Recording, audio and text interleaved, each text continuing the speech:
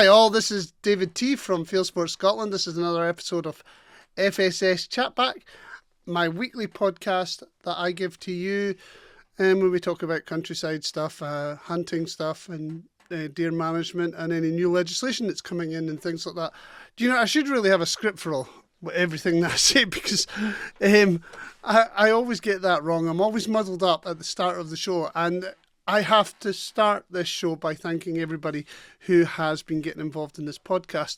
It's been quite good. I've had a lot of people over the last couple of months who have followed my podcast religiously, and I got to say thank you. And I will promise, as the podcast developed, that I will pay back that thanks in some way or form, and give options of like a free stock with me, or throw you out a Field Sports Scotland t-shirt or some merchandise or whatever.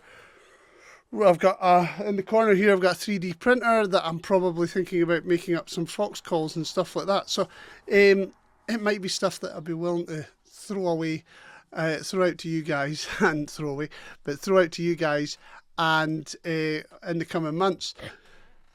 What have I been up to this week? That's what I always start by saying. Well, since I've been back from holiday, I have been focusing on the deer management, catching up on the deer management in the state. I've shot a couple of deer. I've shot a really nice roebuck. Got some footage of that. I had problems finding it, which has been an absolute nightmare, but I've got some footage of that. And I shot a Sika stag as well over the last 3 days. I've also took a little bit of time out from deer management yesterday and went and did some pigeons and sheds for a farmer on one of the farm properties that I do pest control over. And also on the same farm went and checked, which I've got video uploading just now of me going and checking some dens that were there. So it's been a busy old week, it really has. A little late on putting the podcast out, and that is mainly because since I've been back and the whole area is down with this really bad cough and cold systems, and I've had a cough for the last few days and I've kind of really struggled with it. I mean, like proper struggled with it. So I thought, well, now it's settled off, I'm going to calm down and do a podcast. As you can see, I'm not in the summer house like I normally am. I still have some family staying over, so they're taking up the summer house just now, and I am pretty much resigned to my reloading bench. So up here in the loft.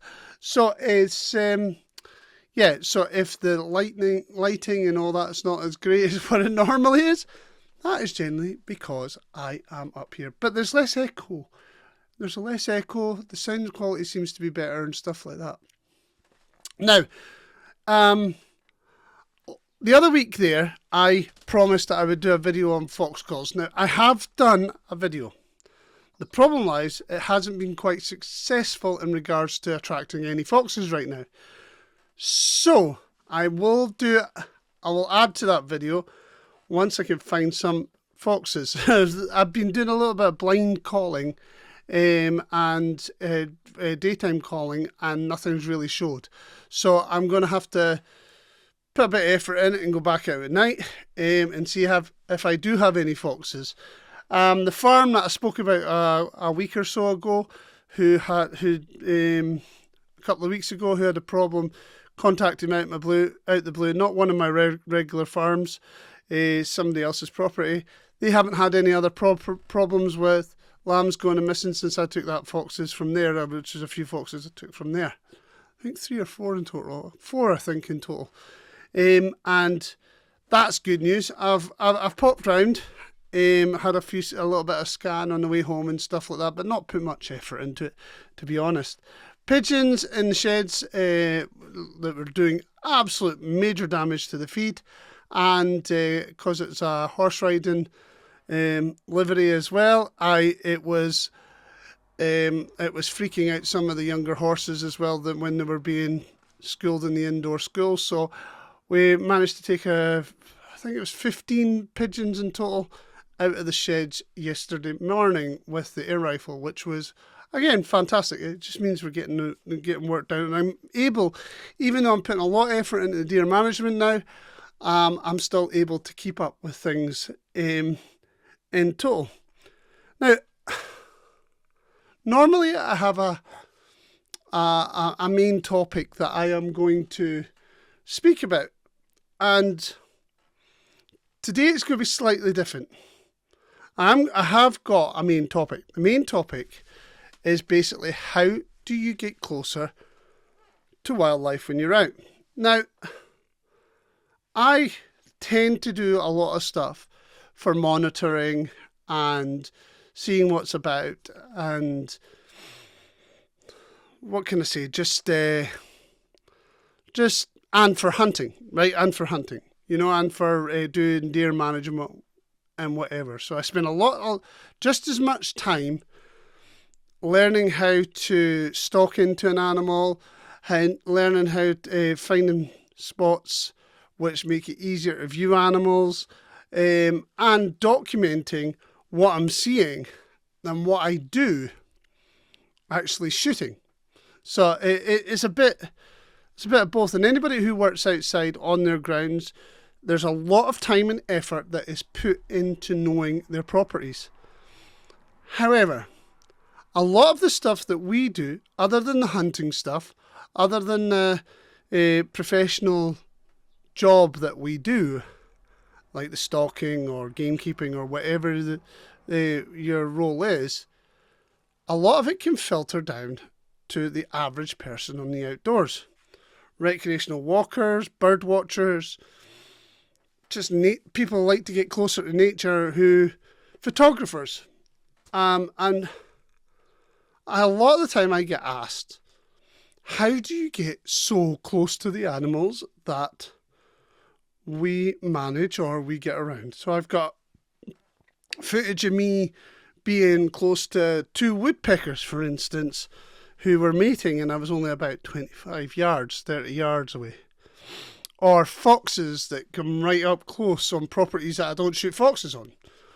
Or otters in the past, badgers, and various other things. Well, anybody will tell you it's out there. It's just being out there, you get used to the environment, and the environment gets used to you. So I'll give it a few tips. Today I'm going to focus on giving you a few tips on how to use your environment so that you can get yourself a little bit closer to nature. Use your smartphone or use a camera. It doesn't even need to be an expensive one to take some amazing wildlife shots. And what is the safest way of doing it? Now, luckily in Scotland, we have what is called right to roam, right to reasonable roam. It's not a carte blanche to just go wandering anywhere.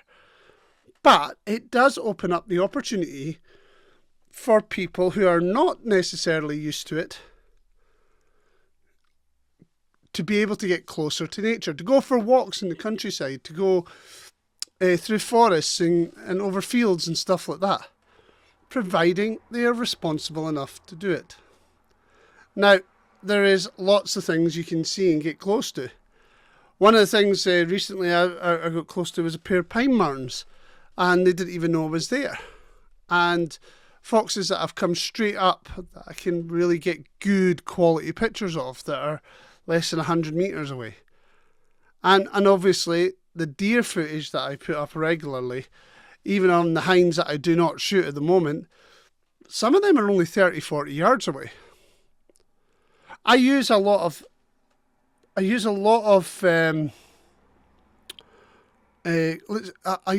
equipment to get me that close. Well, not equipment, I can't really call it equipment. Advantages. The use of high seats, for instance, for if you're a hunter or you're on your own ground, or if you've got a property that you're allowed to go and take photographs on and you speak to the farmer or whatever, he might allow you to put up a doe box or a high seat. Use these to your advantage. The beauty of a high seat, I've been in high seats where deer have literally walked right up to the high seat, and I'm like, whoa, what? That they don't even see me. Or I've got animals, I've had otters playing underneath the high seat, and I'm watching them from above. Hides and high seats are fantastic. I've got a backpack hide that is a double-seater that I think is amazing, that I use quite a lot.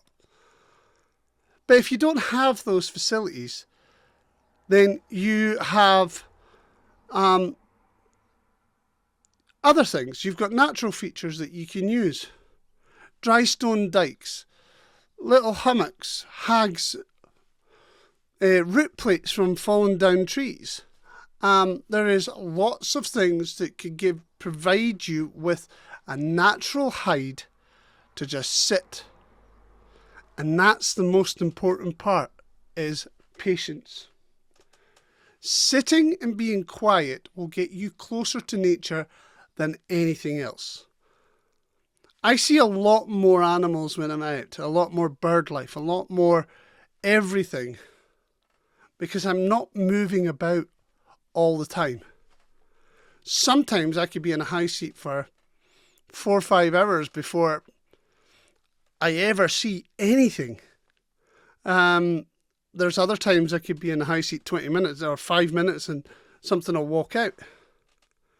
I've been known to sit in the hollows of root plates, for instance, and looking over an area, or finding a decent kind of ditch rise, or finding an old fallen down dry stone dike that's covered with moss and covered with lichen and grass grown over it, and finding a more comfortable spot just to spy over in an open area or in a woodland area.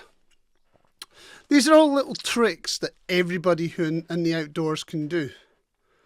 We all go for walks. It's funny. We can have moments of opportunist pleasure where you'll come across something that flies by or runs across the road or just kind of appears out of the wood.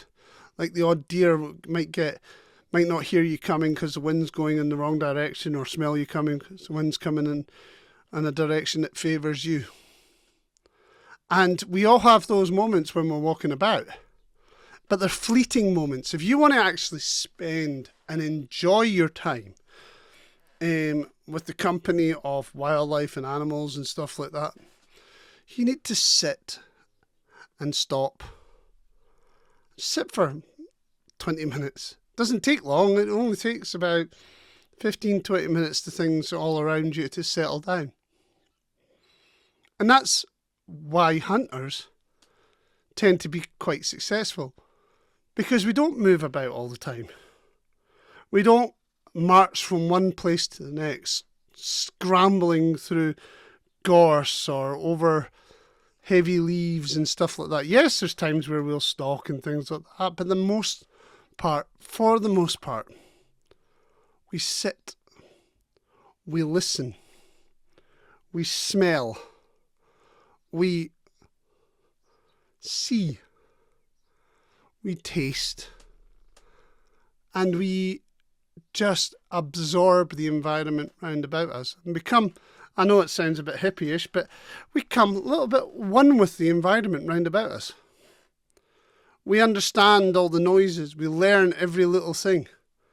For instance, my most successful nights on foxing during mating season, for instance, anytime from December to February, I spent a lot of time just sitting listening for calls.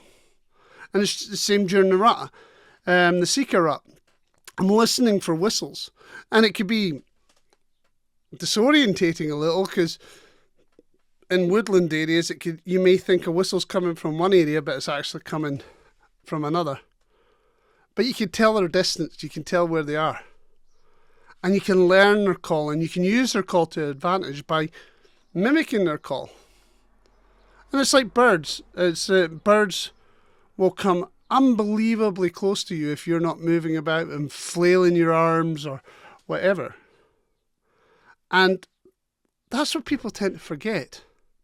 Now, I watch ecologists and scientists and conservationists, large groups of them, 5, 10 at a time, like going for tours around properties. And I'm not talking about the estates or anything that I work on, but I'm in general. Groups of school kids and whatever. And they all go for walks round and they all see what plant life doesn't move. Plant life doesn't run away from you. Insects, they don't run away from you really. They don't really care. They go on with their world and we're just a giant part of that. However, all the other things that you know are there and that you see are there, you have to stop, listen and wait and just stay quiet and enjoy to actually be able to see them and understand them. And that's the strange thing about it all for me, is because as a hunter, we're often persecuted for not being part of nature, not caring about nature, not wanting to understand nature. We just apparently just want to kill things. But the fact of the matter is, hunters, stalkers, gamekeepers, people in the profession who are amateurs or who are professionals or who are just genuinely truly interested in wildlife are not prancing over heather and shouting protests and jumping through woods or making loud rabble noises as a 30 or 40 tour through a field or whatever. Hunters genuinely are as close to nature as you possibly can get. You're there. Not everything can be hunted, not everything can be shot, but everything is respected. Everything is part of you. Everything is just connected in some way or form. And you've got that connection. You've got that unique connection with everything. Whether you're sitting on the ground in the moss or the grass or leaves or bracken or heather, you watch a lizard pass you. You don't move your legs because you're scared to move just in case you make some sort of sudden movement that deer or whatever might see you. You listen to the birds. You listen to the difference in the tune of the birds to tell whether there's a predator close by. Often I get alerted for a fox in the vicinity because the change of the noise that sheep make, for instance, or birds, suddenly flurry of finches or meadow pipits or something like that. Or just the behaviour of even a bird in the sky will tell you what's going on in the kind of area. If there's a dead animal, for instance, you might see a couple of ravens or some crows or some carrion, carrion crows. Your connection becomes a lot deeper with the ground just by sitting and just watching. I know it's a kind of strange concept, but that kind of shows you the difference between hunters who often get persecuted for not being conservationists and conservationists and ecologists who do not spend time just sitting and watching. Or they're focused on one thing. They want to go and see what kind of moss is out there. But they tend to forget that moss is just part of a massive, wider scale environment, ecosystem that everything relies upon. Everything has its place on it. And I think there's a lot can be said about learning from every part of every person who is connected with the outdoors, whether you're a bird watcher or a ecologist or a filmmaker or a conservationist, a gamekeeper or a hunter or stalker or whatever, if you're involved in the countryside, in any kind of way, you should be learning from everybody, and you should be as organic as the thing that you admire, the thing that you work with or work on. And that organic system doesn't mean just how nature works together, but how you work with nature and how you work with the other people who work with nature, even if they have different views. Do you know, I've turned this podcast, today's episode, into a kind of, I'm not trying to be spiritual or anything like that. I'm trying to explain to you that we tend to forget about the bigger picture when we are talking about the politics and talking about all the stresses, licenses, and it's not that we don't care, it's we care too much and actually forget what we care about in a way. It's all about personal battles and how we feel about one person or another, or one organisation or another, or what we can get out of the countryside. The scary thing is what is the countryside getting out of us?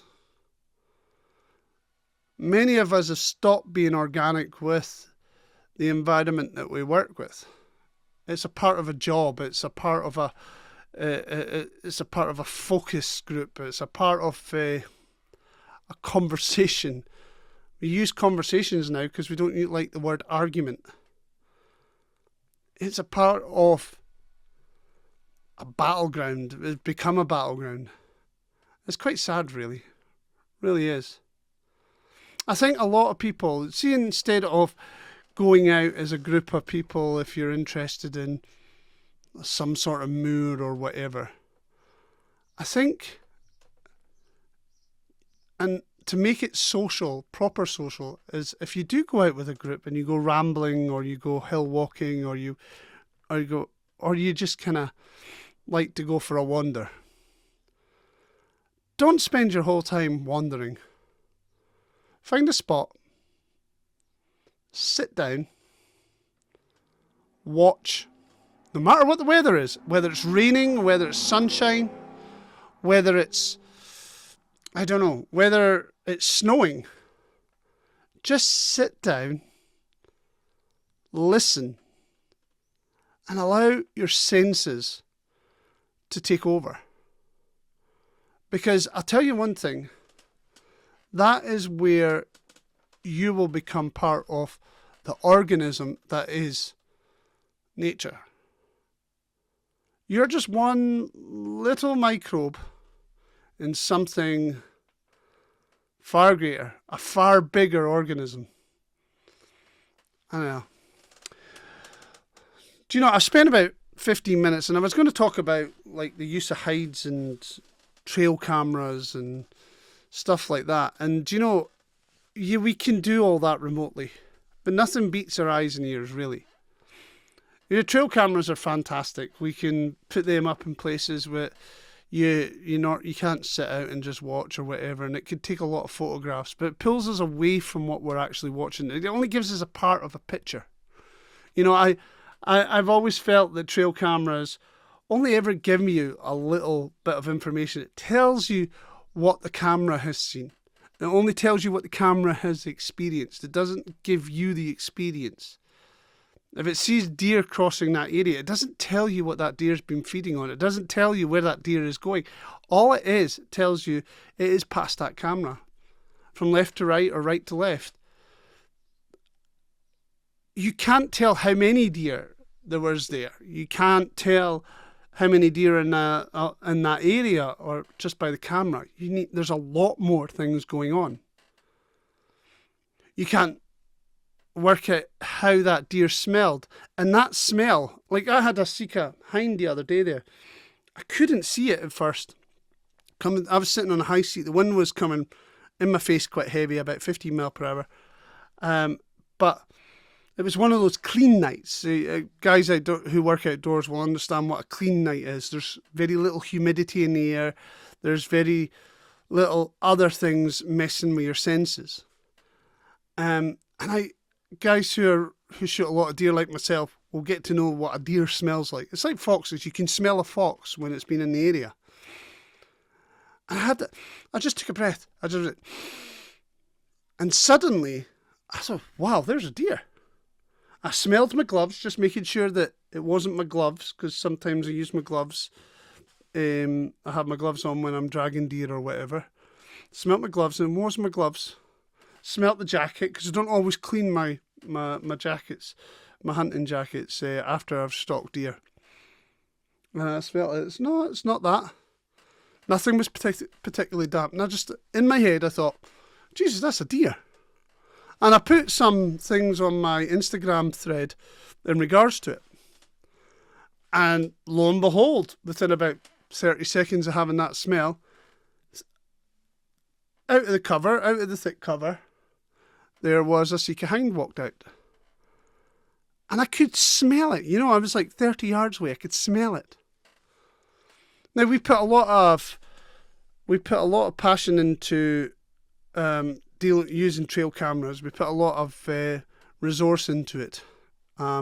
Some people put out 40 or 50 trail cameras in an area. And it gives you an idea of what's in that area. It does have its purpose. But there's nothing better than being out there. So whether you are a stalker, a gamekeeper or whatever, I'm not preaching to them. I'm not preaching to stalkers and gamekeepers and hunters and stuff like that. I'm talking about you guys out there.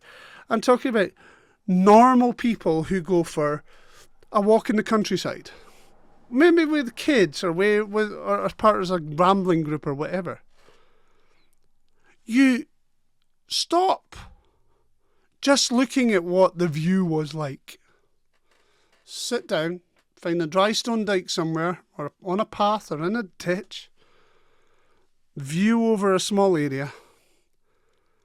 And sit for 15 minutes, half an hour, and just be quiet and listen. Because you'd be surprised what you actually see and all the things that you miss. Remember, if you've ever been a driver in a car, your passengers will always see more than you will, because they're sitting watching. You're having to concentrate and move all the time.